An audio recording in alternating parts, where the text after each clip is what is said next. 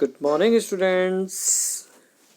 Today we are discuss hydrogen chloride. HCl इसका formula है hydrogen chloride का। And 1648 के अंदर गैबलर ने NaCl की रिएक्शन करवाई सांद्र H2SO4 के साथ में और HCl बनाया। देखो ऐसे इस तरीके से मैं आपको रिएक्शन बताता हूँ।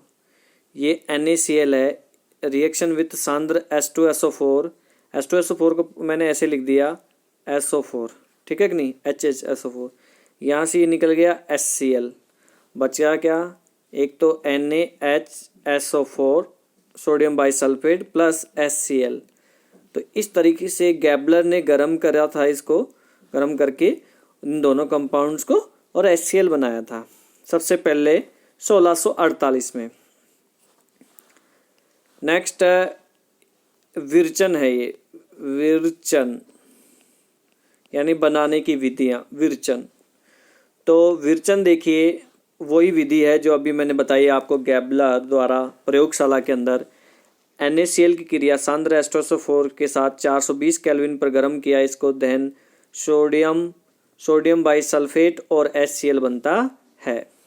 इसके गुणधर्मों की बात करें तो देखिए रंगहीन होती है HCl, तीक्ष्ण गंध युक्त है, तेज नाक में चढ़ने वाली गंध आती है इसमें, जल में ये विलय है, क्वथनांक इसका 189 केल्विन है, श्वेत क्रिस्टलीय ठोस होता है। जब अगर इसको ठोस अवस्था में कन्वर्ट कर दिया जाए तो इसका जो ठोस होता है वो श्वेत रंग का और क्रिस्टलीय होता है। हिमांक इसका 159 केल्विन होता है और ये प्रबल अम्ल होता है। रासायनिक गुणधर्मों की अगर बात करें हम तो HCl जलीय विलयन के अंदर H+ आयन देता है।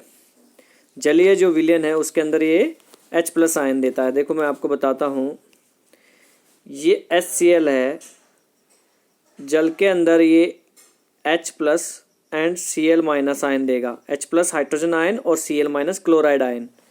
अब ये H+ जो है इसका साइज आपको पता है बहुत छोटा है कि इलेक्ट्रॉन जाने के बाद में केवल न्यूक्लियस बचता है।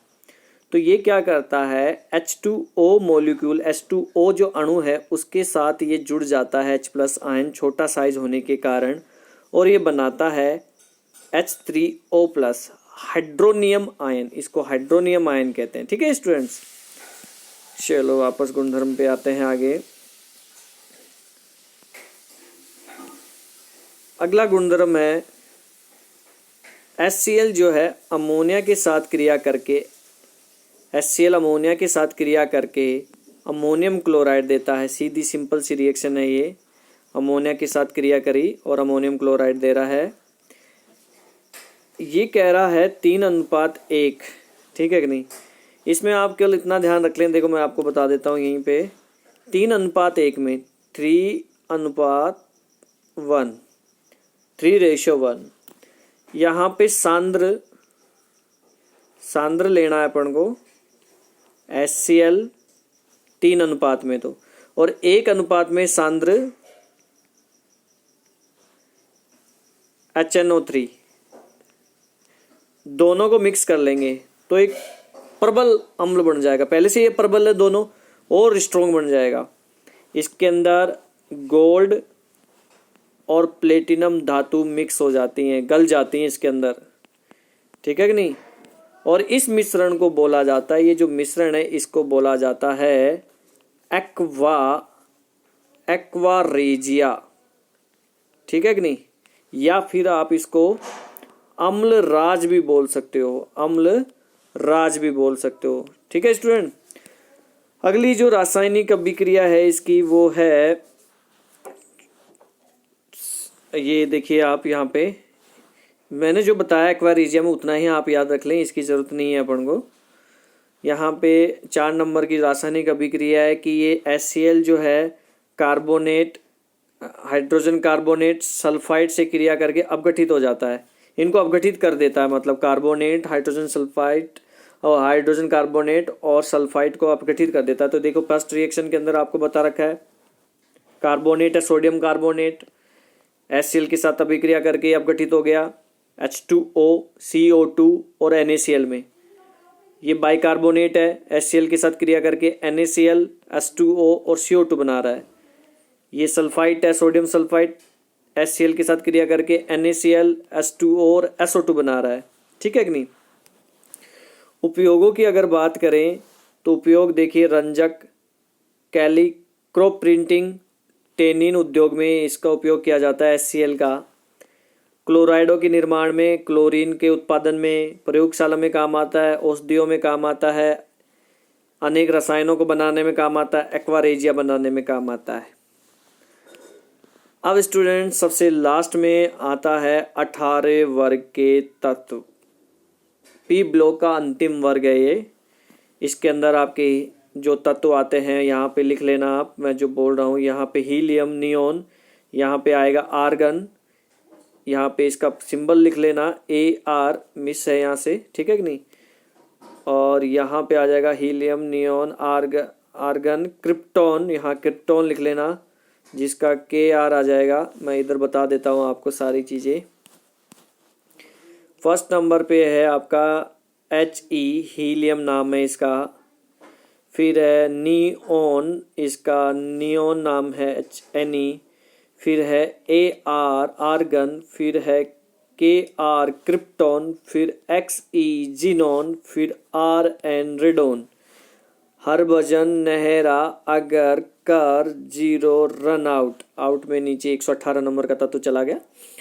अब ये जो है इनको अक्रिय गैस भी कहते हैं, इनको नोबल गैस भी कहा जाता है, इनको उत्कृष्ट गैस भी कहते हैं, और ये सभी गैस हैं। इनका देखो, इनको अक्रिय गैस क्यों कहा जाता है, क्योंकि इनका जो इलेक्ट्रॉनिक विन्यास अगर देखें अपन, सामान्य इलेक्ट्रॉनिक विन्यास इनका होता है NS2 और NP6। तो आप देख सकते हैं P कक्षक पूरा भर चुका है, यानी अब ये स्थायी हो चुके हैं, ना तो इनको इलेक्ट्रॉन लेना है ना ये देंगे, स्थायी है ये। इस वजह से ये किसी से क्रिया नहीं करते हैं, इसलिए इनको अक्रिय गैस कहा जाता है, ठीक है।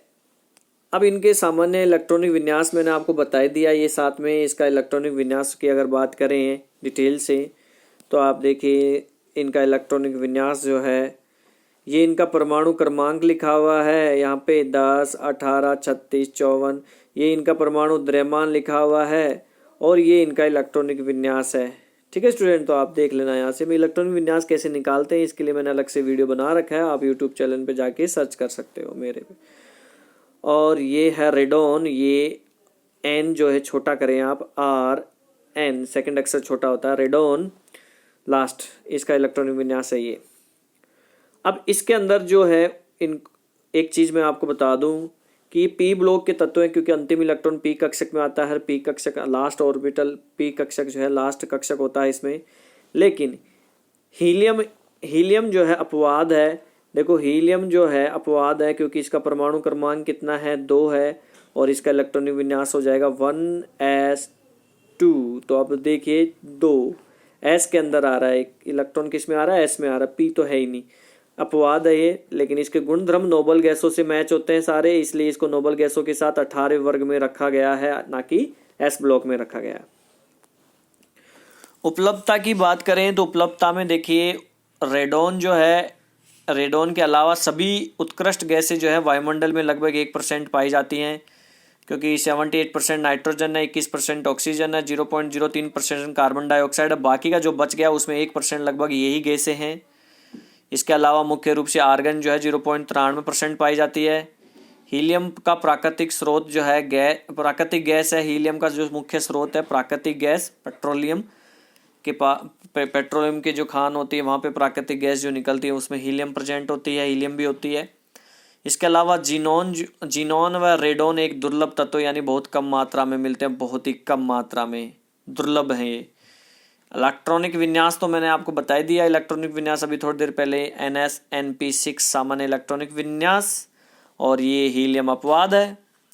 आयनन एंथैल्पी, अब आयनन एंथैल्पी के बारे में देखो हमने ग्रुप नंबर 15 से बात करते आए हैं भौतिक गुणों की, 16 में बात करी, 17 में बात करी, तो 18 में आते आते तो हमें अब ये सारी चीज़ें आ जानी चाहिए। तो देखो आयनन एंथैल्पी ग्रुप नंबर 18 में भी वही बात है कि ऊपर से नीचे जाएंगे तो आयनन एंथैल्पी में क्या होगी, वृद्धि होगी। क्यों वृद्धि होगी, क्योंकि साइज बढ़ता जाता है एक नया कोष जुड़ने के कारण। आगे बात समझे।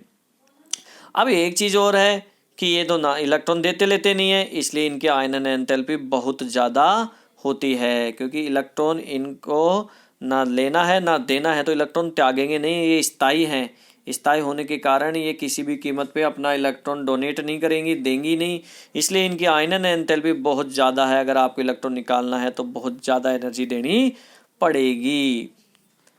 नेक्स्ट है परमाणु त्रिज्या। तो परमाणु त्रिज्या आप जानते ही हो, अब तो समझ गए। परमाणु का आकार ऊपर से नीचे जाने पर परमाणु का आकार जो है बढ़ जाता है। क्यों बढ़ जाता है? क्योंकि एक नया कोष जुड़ जाता है, जिसके कारण से परमाणु आकार में वृद्धि हो जाती है। लेकिन यहाँ पे ये कह रहा है कि आर्गन और क्रिप्टॉन, इनका परमाणु त्रिज्या में बहुत कम अंतर है, मतलब बढ़ता तो है।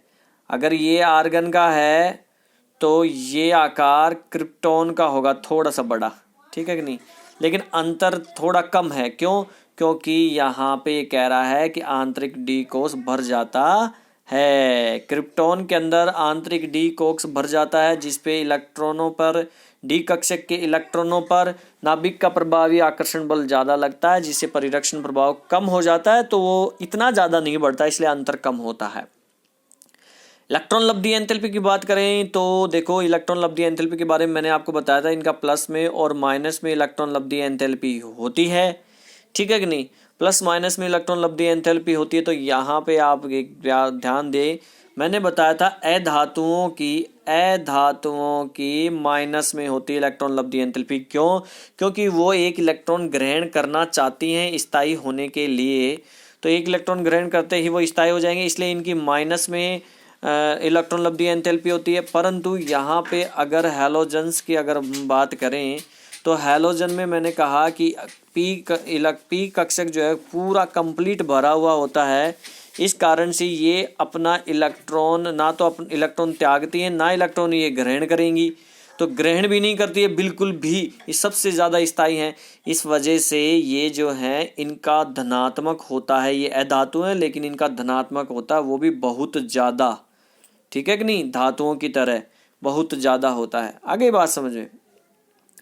अब अगर आगे बात करें और कौन से गुणधर्म, भौतिक गुणधर्मों की बात करें तो भौतिक गुणधर्मों में देखिए, रंगहीन गैसें हैं, ये गंधहीन है, स्वादहीन है, एकल परमाणविक है, सिंगल परमाणविक है। O2 की जैसे ऑक्सीजन होता है ना, O2 वैसे नहीं आती है, केवल सिंगल आती है He। इनका अणु जो है एक ही परमाणु से मिलकर बनता है, इसलिए सिंगल परमाणविक है। एंड गलनांक और कथनांक बहुत कम है क्योंकि गैस है। हीलियम जो है कांच, रबर, प्लास्टिक, ये कांच लिखा हुआ है यहाँ पे, कांच, रबर और प्लास्टिक में से विस्तृत हो जाती है क्योंकि हीलियम का आकार बहुत छोटा है, इस वजह से। रासायनिक गुणधर्मों की बात करें अगर अपन, तो देखिए रासायनिक गुणधर्मों में मैंने कहा कि अक्रिय गैसें हैं, इनके कोई यौगिक नहीं होते हैं, परंतु क्या हुआ था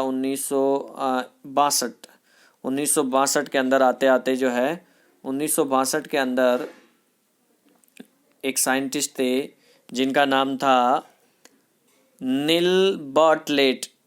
ये नील बर्टलेट ये साइंटिस्ट हैं। 1962 के अंदर ये नील बर्टलेट ने सोचा कि ऑक्सीजन का एक कंपाउंड है O2,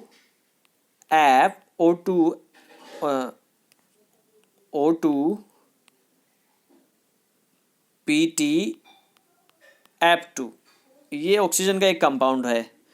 तो ऑक्सीजन की प्रॉपर्टी जिनोन जैसी होती है, तो क्यों ये प्लेटिनम और फ्लोरीन ऑक्सीजन के साथ जब ये कंपाउंड बना सकती हैं, तो जिनोन जैसी इसकी कुछ प्रॉपर्टीज हैं, तो थोड़ा सा मैच होता है, तो क्या ये भी बना सकता है जिनोन भी? तो ऐसे उन्होंने देखा, सोचा, फिर क्रिया करवाने की कोशिश की, तो उन्होंने एक कंपाउंड बनाया लाल रंग का XePtF2। ये कंपाउंड पहला जो नोबेल गैसों का था वो जिनोन का ये कंपाउंड बनाया था नील बर्टलेट ने 1962 में। उसके बाद में जिनोन के और कंपाउंड बनाए गए ऑक्सीजन और फ्लोरीन के साथ में, जिससे ये पता चला, जिससे एक दो और यौगिक बना लिए गए। तो अब हम ये कह सकते हैं कि इसके 4-5 यौगिक उपस्थित हैं नोबेल गैसों में भी जिनोन के, पूरी तरह से ये अक्रिय नहीं है। ठीक है स्टूडेंट, और इसी के साथ चैप्टर का जो है डी एंड हो गया है। फिर भी कोई प्रॉब्लम हो तो आप डिस्कस कर लेना। नेक्स्ट वीडियो में नए चैप्टर के साथ स्टार्ट करेंगे। ओके।